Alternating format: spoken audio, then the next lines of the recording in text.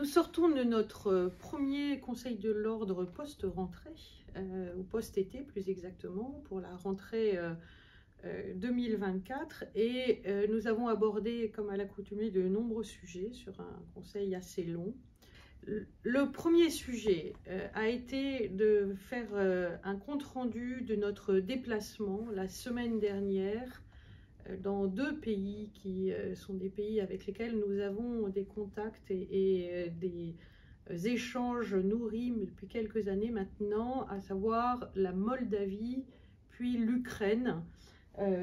Vous en voyez là quelques traces, puisque effectivement en Moldavie nous avons pu intervenir et participer à la réunion qui s'est tenue des pays de la région, Pologne, Allemagne, Roumanie, Ukraine et Moldavie, sur des sujets qui intéressent notre profession, qui sont tant les sujets autour de la retraite, de la sécurité sociale, mais aussi de l'IA.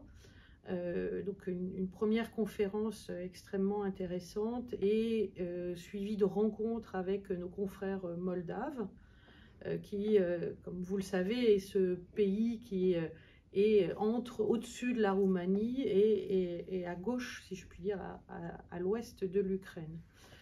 Nous avons pu après, et ça a été un grand moment et un moment très fort de notre déplacement, passer en Ukraine à Odessa, où nous avons été accueillis par la bâtonnière d'Odessa et des confrères du barreau.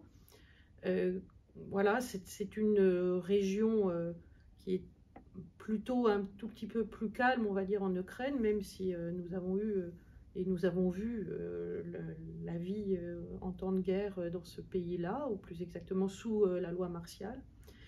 Nous avons été reçus aussi bien par le président du tribunal administratif qui nous a présenté les moyens qui sont mis en place et la typologie des dossiers qu'il peut traiter, que l'université, le recteur de l'université de droit d'Odessa et les étudiants.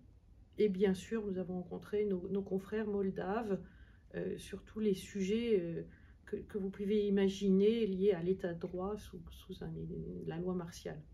Voilà, des échanges extrêmement enrichissants qui, nous sommes sûrs, vont être poursuivis et qui sont nécessaires, et nous ne pouvons que remercier de l'accueil ces barreaux qui ont vraiment besoin de ces échanges autant que nous.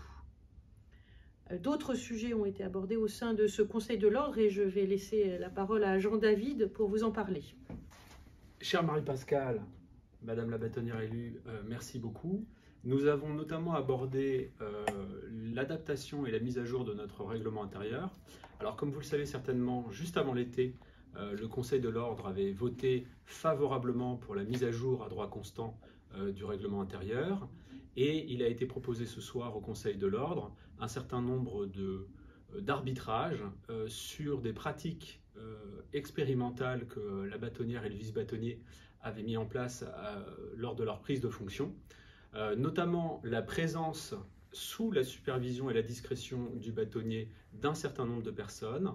Le Conseil de l'Ordre a voté favorablement pour la présence de la secrétaire générale afin de pouvoir fluidifier l'ensemble de l'action de l'ordre à l'issue des conseils de l'ordre.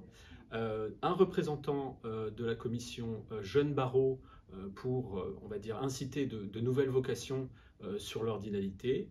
Un avocat honoraire pour nous apporter son expérience, mais également l'ouverture des sessions du Conseil de l'Ordre à tout avocat du ressort du barreau sur des sujets d'intérêt général du barreau. Il y a aussi dans le règlement intérieur un certain nombre de dispositions sur la tenue des réunions du Conseil de l'Ordre, notamment les règles de vote.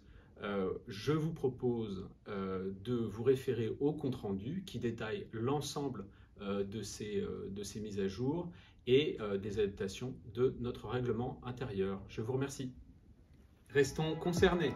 Et restez connectés.